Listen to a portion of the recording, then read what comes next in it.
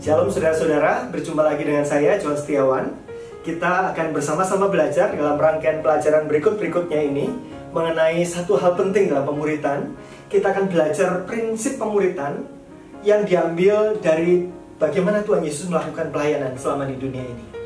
Kita akan belajar selama 3 sesi dan kita akan dipandu oleh sebuah buku yang menjadi acuan, yaitu buku yang diberi judul The Master Plan of Evangelism yang ditulis oleh Robert Coleman. Buku ini sudah ditulis dalam bahasa Inggris sejak tahun 63, sudah diterjemahkan dalam bahasa Indonesia bertahun-tahun lamanya dan diterjemahkan ulang pada tahun 2018 oleh Katalis.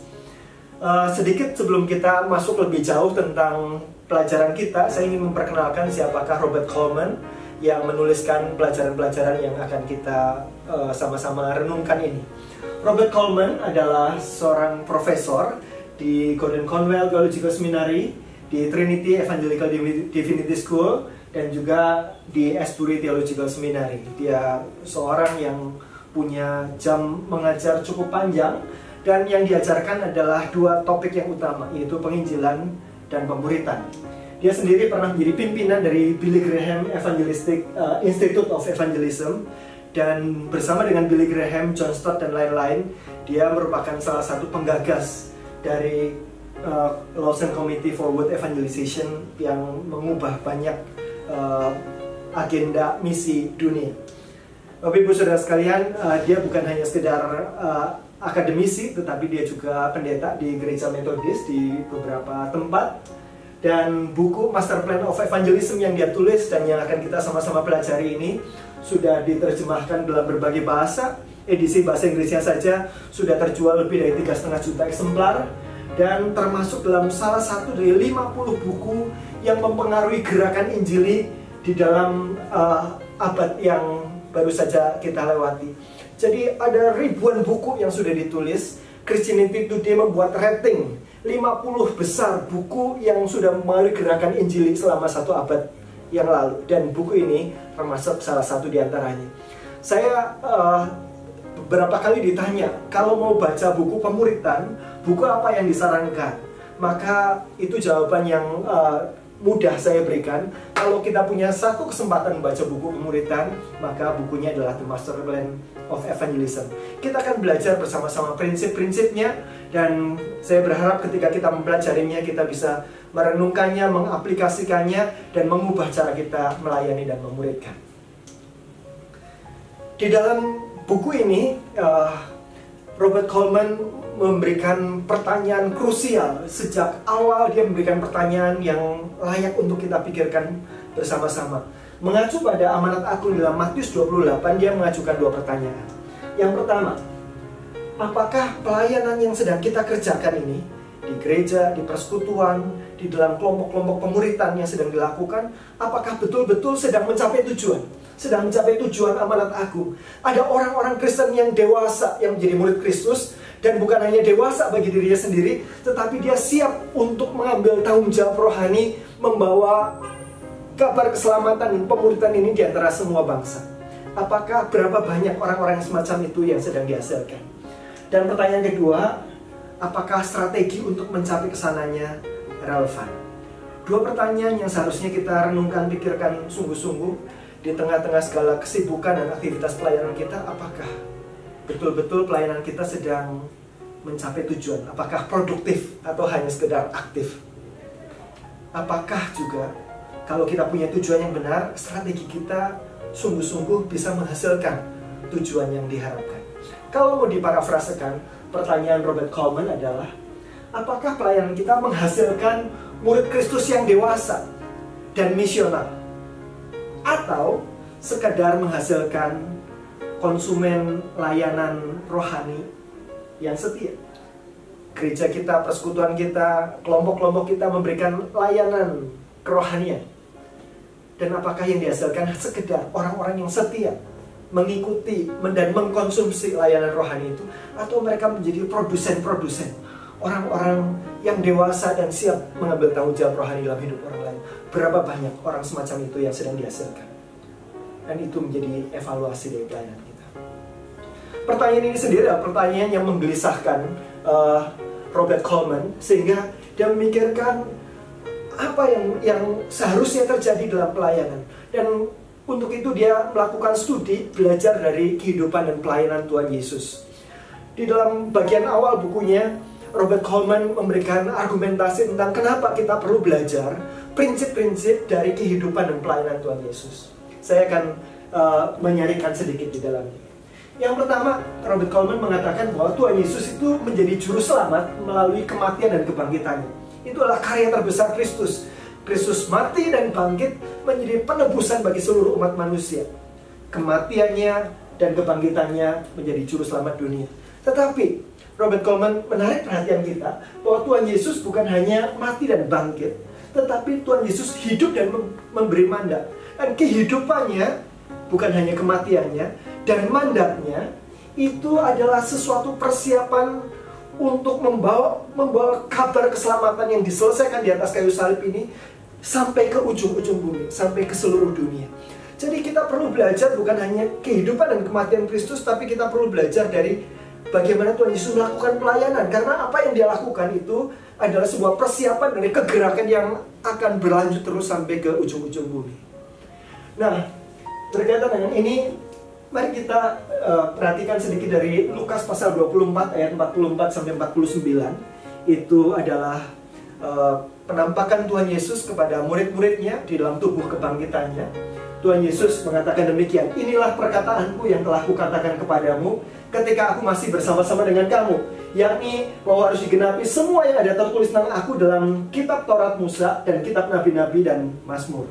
Artinya itu adalah seluruh tanakh, seluruh kitab kanon perjanjian lama.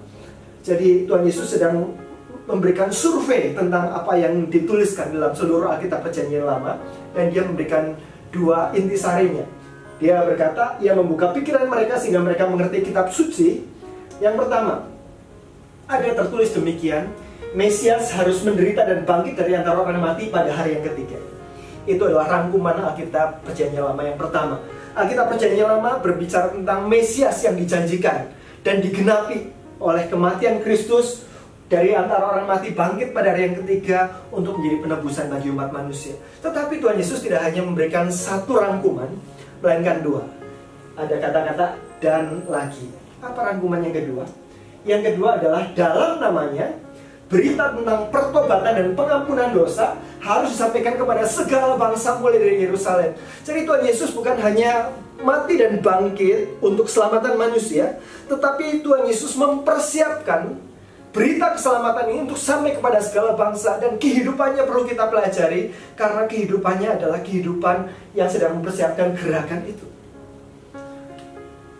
Tuhan Yesus bukan hanya menjadi juru selamat dunia melalui kematian dan kebangkitannya, tetapi juga memulai sebuah kegerakan, sebuah movement yang akan membawa berita keselamatan itu sampai ke seluruh dunia melalui kehidupan dan pelayanannya. Dan itu sebabnya kita perlu belajar bagaimana Tuhan Yesus hidup dan melayani. Biasanya kita belajar kehidupan Tuhan Yesus melalui pengajaran-pengajarannya, bukan? Tuhan Yesus memberikan perumpamaan, Tuhan Yesus mengajar tentang kerajaan Allah dan sebagainya. Tetapi kali ini kita akan belajar bukan dari pengajaran Tuhan Yesus, tetapi dari metode pelayanan Tuhan Yesus. Dari sana kita akan melihat prinsip-prinsip untuk menjadi teladan bagi kita, untuk menjadi modal bagi kita dalam melayani dan memuridkan. Alasan kedua, kenapa kita perlu belajar prinsip-prinsip pelayanan dari kehidupan Tuhan Yesus, karena dia menjalankan pelayanan secara terarah dan terpadu. Di dalam minggu-minggu terakhir kehidupannya, Tuhan Yesus pernah berkata demikian di dalam doanya. Yohanes 17, aku telah mempermuliakan engkau di bumi dengan jalan menyelesaikan pekerjaan yang kau berikan padaku untuk melakukannya. Berapa banyak orang di dunia yang bisa mengakhiri kehidupannya dengan mengatakan demikian, aku telah menyelesaikan pekerjaan yang kau berikan kepadaku. Aku telah mempermuliakan kau di bumi. Sangat sedikit orang-orang yang mengakhiri kehidupannya dengan cara seperti itu. Tuhan Yesus adalah pribadi yang sangat intensional, sangat jelas apa yang harus dilakukan dan apa yang tidak perlu dilakukan. Suatu saat Tuhan Yesus dicari banyak orang, dan orang-orang pengen dilayani oleh Tuhan Yesus. Tuhan Yesus bisa berkata, Mari kita pergi ke kota-kota lain, sebab untuk itu aku telah datang. Tuhan Yesus tahu betul untuk apa dia datang, dan dia secara sengaja, secara intensional melakukan apa yang dia lakukan dan tidak melakukan apa yang dia tidak lakukan, supaya pada akhirnya dia bisa menyelesaikan pekerjaan yang Tuhan berikan. Jadi kalau kita mau belajar prinsip pelayanan, maka kita perlu belajar prinsip pribadi yang demikian. Kita akan melihat prioritas-prioritasnya, apa yang dia lakukan dan apa yang tidak dia lakukan. Dan itu seharusnya menjadi inspirasi bagi prioritas kita masing-masing kalau kita mau menyelesaikan pekerjaan yang Tuhan berikan pada kita. Hal yang ketiga adalah Tuhan Yesus memberi mandat bagi kita untuk melanjutkan dan menggenapi karya yang sudah dimulainya sampai ke semua bangsa. Jadi Tuhan Yesus bukan hanya melakukan sesuatu kemudian dilepas begitu saja, tetapi Tuhan Yesus mengamanatkan kepada kita semua untuk melanjutkan apa yang sudah dimulainya itu. Sama seperti Bapa mengutus aku, sama seperti Bapa mengutus Tuhan Yesus, demikian juga sekarang aku mengutuskan. Artinya ketika kita melayani, kita perlu memikirkan bagaimana pelayanan kita itu berkenaan, berkelanjutan dengan apa yang sudah dimulai oleh Tuhan Yesus.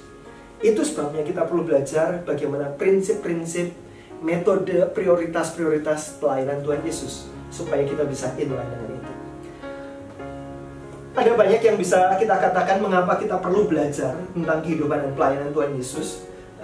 Bapak Ibu Saudara bisa membaca secara lebih detail dari buku ini, tetapi saya berharap latar belakang ini membuat kita bersemangat untuk memikirkan, ya, kita perlu belajar mengenai prinsip-prinsip pelayanan dari Tuhan Yesus ini. Tim Elmore mengatakan dalam buku Equip demikian, pertimbangkan hal ini. Kristus hanya punya waktu 3 tahun untuk pelayanan publik, sejak dia dibaptis sampai dia salib, 3 sampai 3,5 tahun untuk pelayanan publik. Selama waktu itu dia tidak mengadakan KKR di Asia.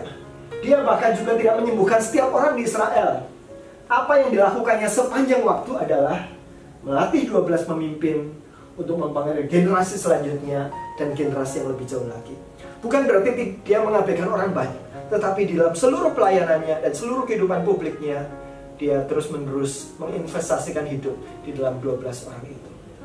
Dan pelayanan 3 tahun itu yang sebetulnya tidak panjang, tetapi masih berpengaruh pada saudara dan saya, dan terus sampai pada akhir zaman. Pelayanan yang demikian adalah pelayanan yang perlu kita pikirkan dan perhatikan dengan sungguh-sungguh. Perlu kita teladani dan perlu kita pelajari. Di dalam buku The Master Plan of Evangelism, Rencana Agung Penginjilan ini, Robert Coleman membagi 8 penemuan dia tentang kehidupan dan pelayanan Tuhan Yesus. Ada 8 prinsip, kita akan pelajari satu demi satu. Saya tidak akan membahas secara sama rata. Ada prinsip-prinsip tertentu yang saya akan bahas lebih detail. Prinsip-prinsip yang lain akan kita bahas lebih cepat. Kemudian kita nanti akan memikirkan bagaimana penerapannya dalam kehidupan dan di dalam pemuridan yang kita lakukan. Kita akan mulai langsung saja dari prinsip yang pertama, yaitu prinsip pemilihan atau selection. Bapak Ibu Saudara sekalian, kalau Bapak Ibu perhatikan dari catatan Injil kita tentang bagaimana Tuhan Yesus memulai pelayanannya, apa yang Bapak Ibu dapatkan di sana? Bagaimana Tuhan Yesus memulai pelayanannya? Apakah dia memulai dengan mengumpulkan massa untuk dia beri makan? Atau dia melakukan mujizat kesembuhan dan sebagainya untuk mengumpulkan banyak orang? Atau apa? Benar sekali. Dari catatan Injil kita melihat bahwa yang dilakukan pertama oleh Tuhan Yesus ketika memulai pelayanannya adalah mengumpulkan beberapa orang untuk mengikuti dia. Tuhan Yesus memulai pelayanannya dengan memanggil beberapa orang untuk mengikuti dia. Dan itu menarik, karena sebetulnya untuk memulai pelayanan, dan kita perlu ingat hanya 3 sampai 3,5 tahun yang pendek itu, Tuhan Yesus bisa memikirkan banyak cara yang lain dengan segala kuasa yang dia miliki. Tetapi Tuhan Yesus memulainya dengan mengumpulkan beberapa orang. Ini seharusnya membuat kita berpikir, kenapa begitu? Ada banyak cara, kenapa itu yang dipilih? Tuhan Yesus memilih beberapa orang untuk mengikuti dia dan mencurahkan hidupnya pada mereka, karena Tuhan Yesus sedang memiliki satu prioritas, satu tujuan tertentu yang dia mau genapi melalui kehidupan beberapa orang ini. Perhatian Tuhan Yesus bukan pada program untuk menjangkau orang banyak at the first place. Yang pertama-tama, Tuhan Yesus bukan memikirkan bagaimana caranya supaya orang banyak berkumpul. Itu bukan yang pertama-tama dia pikirkan. Tetapi yang pertama-tama dipikirkannya adalah memikirkan siapa pribadi-pribadi yang nanti dia akan menginvestasikan hidupnya kepada mereka, dan orang banyak akan mengikuti proses ini dalam tahap-tahapan berikutnya. Pemilihan, prinsip selection, ini pada dasarnya adalah prinsip pembatasan dan konsentrasi agar dapat membimbing murid-muridnya dengan efektif. Di dalam tubuh manusianya, Tuhan Yesus tidak hadir di mana-mana. Tuhan Yesus dibatasi oleh waktu dan tempat. Dan di dalam keterbatasannya itu, Tuhan Yesus tahu dia tidak bisa melayani banyak orang secara efektif bersamaan. Di dalam keterbatasannya, Tuhan Yesus perlu mengkonsentrasikan dirinya, membatasi dan konsentrasi pada beberapa orang. Dan itu sebabnya Tuhan Yesus memilih beberapa orang untuk mengikuti dia. Prinsip pemilihan pada dasarnya adalah prinsip pembatasan dan prinsip konsentrasi, bukan prinsip pilih kasih. Tuhan Yesus mau secara fokus konsentrasi di dalam kehidupan orang-orang tertentu. Sebelum kita lanjutkan lebih jauh, Robert Coleman memberikan beberapa catatan. Dan catatan ini perlu kita perhatikan. Tuhan Yesus memang memilih 12 murid dan mencurahkan hidupnya untuk 12 murid ini, bagaimana melatih mereka. Tetapi Tuhan Yesus tidak pernah melupakan orang lain. Tuhan Yesus tidak melalaikan orang banyak dalam pelayanannya. Tuhan Yesus bahkan melakukan tindakan yang diperlukan untuk menjangkau orang banyak di dalam seluruh proses itu. Pertama-tama dia mengidentifikasikan diri dengan gerakan kebangunan rohani masa yang dipimpin Yohanes. Tuhan Yesus diidentifikasikan sebagai kelompok yang sama. Tuhan Yesus mengajar banyak orang dengan penuh kuasa. Tuhan Yesus melayani banyak orang, memberi makan ribuan orang, menyembuhkan mereka, mengusir setan, memberkati anak-anak mereka, dan sebagainya. Tuhan Yesus melakukan banyak hal bagi orang banyak. Dan Tuhan Yesus bukan hanya melakukan aktivitas di antara orang banyak, tapi Tuhan Yesus juga memberikan perhatian yang sejati kepada orang banyak. Tuhan Yesus mengasihi mereka, menangisi mereka, bahkan hidup dan mati bagi keselamatan mereka. Jadi Tuhan Yesus tidak melalaikan orang banyak. Nah, tetapi Bapak Ibu Saudara sekalian, kalau kita perhatikan catatan Alkitab tentang hasil akhir dari pelayanannya, dikatakan mungkin pengikut yang setia sampai pada akhir pelayanannya hanya sekitar 500 orang. Catatan 1 Korintus 15 ayat 6. Dan yang tetap tinggal di Yerusalem sekitar 120 orang. Kisah Rasul 1 ayat 15. Di dalam tubuh kebangkitannya, Tuhan Yesus hanya menampakkan diri kepada orang-orang yang menjadi murid-muridnya. Menampakkan diri pada para wanita yang mengikuti dia, 12 murid, murid-murid yang melakukan perjalanan ke Emmaus, dan lain-lain. Ya, Tuhan Yesus di dalam kesempatan yang lain, di dalam catatan 1 Korintus, menampakkan diri pada 500 orang sekaligus. Kita berasumsi bahwa itulah catatan tentang keberadaan murid-murid Yesus yang masih tetap setia di sesudah Tuhan Yesus disalib. 500 orang murid. Kalau menurut Bapak Ibu Saudara sekalian,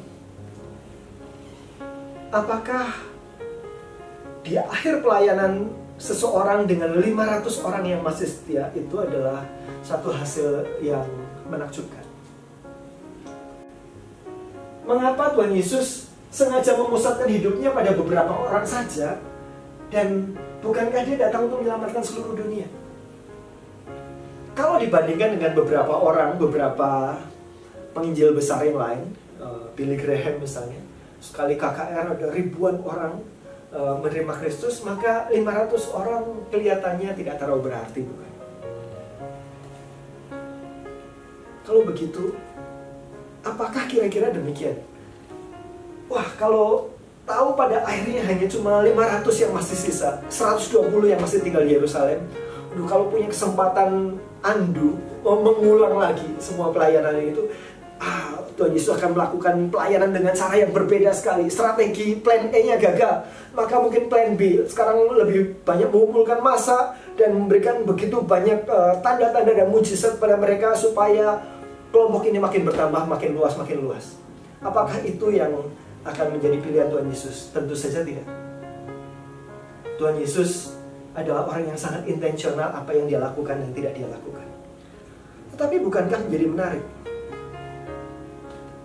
Kalau Tuhan Yesus memusatkan diri pada orang-orang tertentu di dalam seluruh pelayanan publiknya untuk bersama-sama dengan dia, hidup bersama, melayani bersama dan sebagainya. Bukankah terlihat seperti membuang-buang waktu 3 tahun yang sangat pendek itu? Kalau hasil akhirnya juga tidak terlalu banyak pada akhirnya.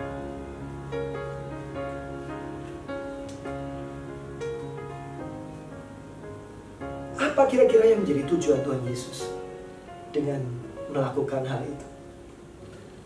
Tujuan Tuhan Yesus, Robert Coleman menuliskan bahwa Tuhan Yesus sedang menumbuhkan pemimpin yang akan menjadi sebuah gerakan. Bukan sedang menarik banyak pengikut yang hanya akan menjadi khalayak ramai yang mudah beralih. Catatan Yohanes mengatakan Tuhan Yesus tidak mempercayakan dirinya kepada orang banyak. Orang banyak yang pada suatu saat dia masuk ke Yerusalem berseru Hosana, Hosana. Kain dan pakaian dihamparkan di jalan untuk keledai yang ditunggangi Tuhan Yesus masuk. Ada perarakan kemenangan yang luar biasa. Tetapi tidak lama sesudah itu, ketika ada move dari para imam-imam dan orang Farisi untuk menyalibkan Tuhan Yesus. Ketika ditanya siapa yang mau dipilih, Barabas atau Yesus, orang banyak berkata Barabas. Dan apa yang dilakukan pada Yesus, salibkan dia. Dalam waktu yang tidak terlalu lama, Tuhan Yesus tidak sedang mengumpulkan orang banyak yang hanya menjadi khalayak ramai yang mudah beralih komitmennya. Tuhan Yesus sedang menyiapkan pemimpin yang akan memulai sebuah kegerakan yang sampai kepada semua bangsa. Itu adalah strategi Tuhan Yesus. Strateginya adalah memusatkan perhatian, membatasi jumlahnya, konsentrasi, memusatkan perhatian kepada sejumlah orang tertentu untuk menghasilkan kualitas. Dan kualitas ini kemudian akan menghasilkan kuantitas. Bukan sembarang kuantitas, tapi kuantitas yang berkualitas. Saya akan jelaskan mengenai hal ini dengan sebuah ilustrasi sederhana tentang pertambahan dan pelipat gandaan. Di dalam operasi matematika ada 4 operasi dasar: penambahan, pengurangan, perkalian, dan pembagian. Kalau sasaran kita adalah sasaran yang sangat luas, sangat besar cakupan dan jangkauannya, sebanyak-banyaknya orang, maka operasi mana yang akan kita pakai? Penambahan atau pengurangan? Pengurangan jelas tidak. Pembagian apalagi. Jadi kita cuma punya 2, yaitu penambahan dan perkalian. Nah, kita tahu bahwa perkalian akan menghasilkan jangkauan yang lebih besar. Dan itu sebetulnya sedang dikerjakan oleh Tuhan Yesus. Tuhan Yesus sedang melipat gandakan hidupnya kepada orang-orang tertentu yang dapat melipat gandakan hidupnya kepada orang lain. Bukan hanya sekedar menambah masa yang berhenti kepada hidup mereka. Mari kita lihat hitung-hitungan sederhana. Sebagai disclaimer, inilah hitung-hitungan kasar saja. Karena tidak ada yang benar-benar terjadi demikian. Kolom yang bagian ini adalah kolom penambahan. Kolom yang sebelahnya adalah kolom perkalian. Bayangkan satu gereja atau satu pelayanan dalam tahun pertama melakukan banyak penginjilan dan sebagainya, ada 100 orang yang ditambahkan di dalam gereja itu. Dimulailah gereja baru di situ. Nah, sementara di sini ada orang yang menginvestasikan hidupnya mungkin kepada 5 atau 4 orang. Dan di dalam 5 atau 4 orang ini, karena bisa fokus konsentrasi kepada mereka, maka yang matang mungkin dari 5 gugur 3, tinggal 2 orang saja. 2 orang ini matang dalam pengertian mereka bukan hanya menjadi penerima pembinaan rohani, tetapi mereka siap membagikan hidupnya kepada orang lain lagi. Nah, apa yang terjadi pada tahun kedua? Tahun kedua dengan penambahan yang sama, tahun kedua tambah 200 orang lagi. Maka gerejanya ini sudah menjadi gereja 200 orang, ibadahnya sudah ramai di sini. Yang di sini 2 orang tadi masing-masing mungkin membimbing 5 orang, membimbing 4 orang, dan di antara orang-orang yang dibimbing ini mungkin tinggal 2 saja yang dewasa, yang matang, begitu ya. Biasa terjadi seleksi alam begitu. Nah, dari 2 orang itu masing-masing menghasilkan 2. Katakanlah pada tahun kedua ada 4 orang yang dihasilkan. Pada tahun ketiga tambah 100 lagi, 300. Gerejanya sudah menjadi gereja yang semakin besar. 4 orang menghasilkan 8, 2 kali lipat. Tahun keempat 400, mungkin ini udah jadi 2 kali kebaktian begitu ya. Di sini 8 jadi 16. Tahun kelima 500, tahun ke-6 600. Ini adalah menjadi gereja yang paling cepat bertumbuh. Banyak orang mulai belajar ke tempat itu. Di sini 64. Dari 32 menjadi 64. Demikian seterusnya kalau kita perhatikan pada tahun ke-9. Pada tahun ke-9 gereja ini bertambah sudah menjadi 900 orang. Mungkin orang yang memulai gereja ini sudah menjadi ketua sinode mungkin. Dianggap sebagai perintis gereja yang berhasil. Nah, sedangkan yang di sini orang yang terus sedang melipat gandakan hidupnya kepada orang lain untuk bisa melipat gandakan kepada orang lain lagi ada 512. Apa yang terjadi Bapak Ibu Saudara sekalian pada tahun ke-10? Pada tahun ke-10 maka yang 900 menjadi 1000. Dan yang 512 ini menjadi 1024. Katakanlah sama-sama 1000 Bapak Ibu Saudara sekalian. Apa bedanya 1000 yang di sini dan 1000 yang di sana? 1000 yang di penambahan adalah 1000 orang konsumen. Konsumen dari layanan kerohanian yang diberikan. Tetapi 1000 yang di sini adalah 1000 produsen.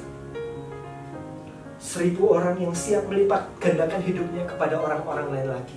Dan orang-orang yang demikian perlu fokus dan konsentrasi untuk mendewasakan mereka. Tidak bisa dengan mengisi kehidupan orang banyak sekaligus. Bagaimana cara kita mengisi 100 botol dengan air sampai penuh, Bapak Ibu Saudara sekalian? Ada beberapa cara. Cara yang pertama, kita bisa tata 100 botol itu di hadapan kita. Kita ambil ember, diisi air, dan ember itu kita guyurkan airnya ke botol-botol itu. Beberapa air itu masuk ke dalam botol, kemudian kita melihat, aduh, lumayan, saya ambil ember yang kedua, kemudian saya guyurkan lagi, beberapa masuk lagi di sana, ember ketiga dan seterusnya. Kira-kira berapa banyak botol yang akan terisi penuh dengan cara seperti itu? Mungkin sebelum ada botol yang terisi penuh, tangan kita sudah tidak kuat lagi mengangkat ember yang berikutnya. Tetapi cara mengisi botol sampai penuh adalah dengan cara kita mengambil satu, kemudian kita isi sampai penuh. Ambil satu lagi, isi sampai penuh. Dan itu yang dilakukan kalau kita sedang melakukan pelipat gandaan. Menolong orang sampai dia memiliki kedewasaan, diperlengkapi untuk siap diutus mengambil tanggung jawab rohani dalam hidup orang lain. Tidak bisa dengan pelayanan massal begitu saja. Dan apa yang terjadi pada tahun ke-11 Bapak Ibu Saudara sekalian? Yang penambahan menjadi 1100. Yang perkalian menjadi 2048. Dan kalau ini diteruskan pola ini sampai tahun ke-25, maka perbedaannya luar biasa. Yang satu menjadi 2.500 orang, yang satu menjadi 33.554.000 sekian. Tujuan Tuhan Yesus bukan hanya melayani orang secara cepat sesaat, tetapi tujuan Tuhan Yesus adalah memulai sebuah kegerakan yang akan sampai kepada segala suku bangsa. Nah, itu sebabnya Tuhan Yesus memikirkan strategi pelipat gandaan. Inilah jeniusnya strategi Tuhan Yesus. Kenapa dia memusatkan diri pada beberapa orang? Karena dia sedang memulai gerakan yang mereka. Fokus pada kualitas, dan kualitas ini akan menghasilkan kuantitas yang berkualitas.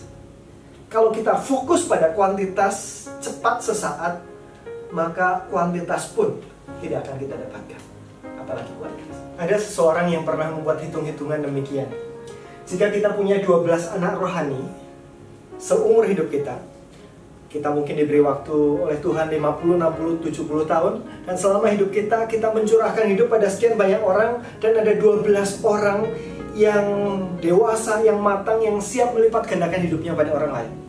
Kalau kita punya 12 orang itu, dan masing-masing dari 12 orang itu melakukan hal yang sama dengan kita seumur hidup mereka. Jadi masing-masing punya 12 anak rohani, demikian seterusnya selama 5 generasi, maka kita akan punya 248.832 spiritual generations, anak-anak rohani, dan mereka ini adalah orang-orang yang dewasa, yang matang, yang siap melipat gandakan hidup di dalam kehidupan orang lain lagi.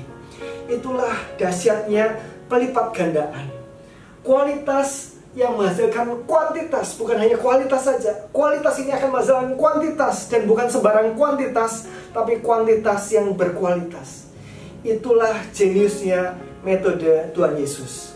Itulah prinsip yang pertama, prinsip pemilihan, prinsip pembatasan supaya bisa konsentrasi dan fokus menghasilkan kualitas pemimpin-pemimpin rohani.